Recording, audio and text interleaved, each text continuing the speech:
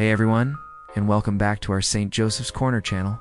As the clock ticks down on December 31st, the world erupts in a massive party. Fireworks, champagne, and countdowns fill the night. But have you ever wondered if there's more to New Year's Eve than just parties and resolutions? In many parts of the world, especially in Europe, this day is known by another name, Saint Sylvester's Day. Today, we're diving into the fascinating story behind this ancient tradition and uncovering the Catholic meaning of New Year's Eve. So, who was Saint Sylvester? Let's rewind the clock to the 4th century. Silvester I was the pope from 314 to 335 AD. Now, this wasn't just any period in history. His papacy was a game-changer for Christianity. He presided over the church at the exact moment it went from a persecuted faith to being officially recognized by the Roman Empire. The man responsible for this shift was Emperor Constantine the Great. Legend has it that Constantine was suffering from leprosy, and Pope Silvester, through the power of Christ, miraculously healed him. In gratitude, Constantine was baptized, marking a pivotal moment. While some details are legendary, what's certain is that under Pope Silvester's leadership, the church began to flourish openly. Magnificent churches were built across Rome, including the original St. Peter's Basilica and the Basilica of St. John Lateran.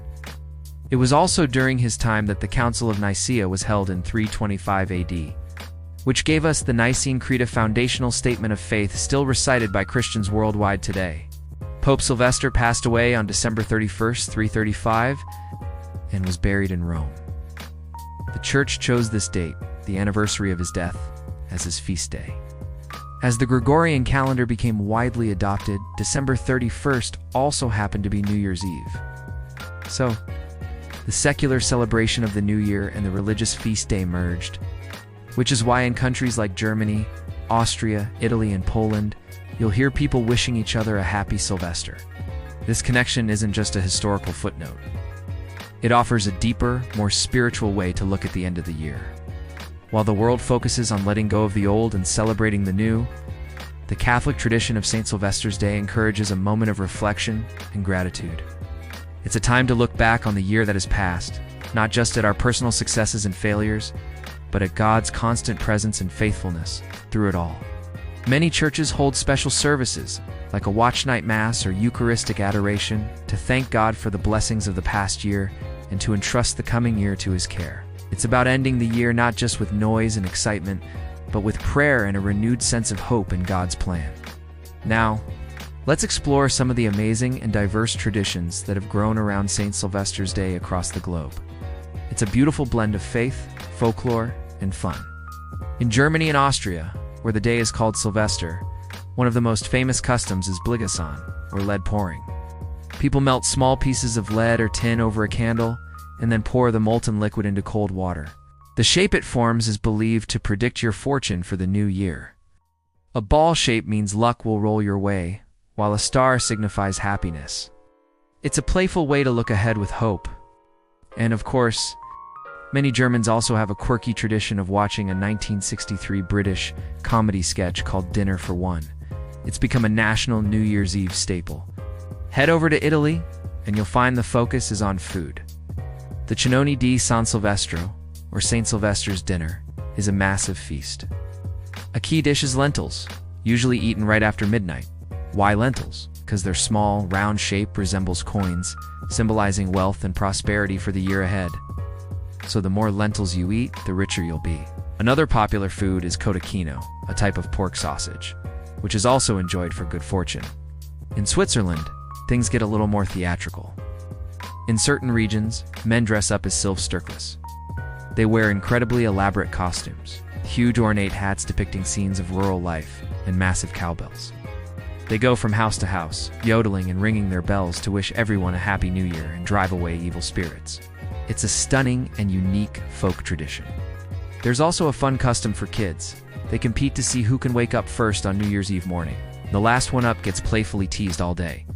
Let's travel across the Atlantic to Brazil. On December 31st, São Paulo hosts the St. Sylvester Road Race. It's the country's oldest and most famous running event, attracting thousands of participants from all over the world. It's a vibrant, energetic way to run into the new year, all in honor of the saint. Even in Israel, The secular New Year's Eve is commonly called Silvester. This helps distinguish it from Rosh Hashanah, the Jewish New Year, which happens in the fall. While it's not an official public holiday, and celebrations are more modest than in other countries, the name Silvester is widely understood and used, especially by Israelis with European roots. Some traditions are more specific and less widely known. In Belgium, for example, there's an old superstition that a young woman who doesn't finish all her work by sunset on Saint Sylvester's Day won't get married in the coming year. Talk about a deadline. These customs show how the feast of a 4th century pope has woven itself into the cultural fabric of so many nations. Each tradition, whether it's predicting the future with molten lead, eating lentils for luck, or running a marathon, adds a unique layer to the global celebration of New Year's Eve. They remind us that this date is not just about a change on the calendar, but is also steeped in history, faith, and a shared hope for a bright future. So, as you prepare to ring in the new year, take a moment to remember Saint Sylvester. His story reminds us that even at the end of a year, in the midst of parties and festivities, there's an opportunity for a quiet moment of gratitude. It's a chance to reflect on the journey, to thank God for his guidance, and to step into the future with faith and hope. It's not just for good luck, but for genuine grace and blessings. It beautifully reclaims New Year's Eve as a time of both celebration and profound spiritual renewal. What are some of your New Year's Eve traditions? Let us know in the comments below. We'd love to hear how you celebrate. Thanks so much for watching. If you enjoyed this video, please give it a thumbs up and subscribe to our channel for more stories like this one. Happy New Year, or as they might say in Germany, Guten Rutsch, and happy Saint Sylvester's Day. Take care, everyone. Stay safe and healthy as usual.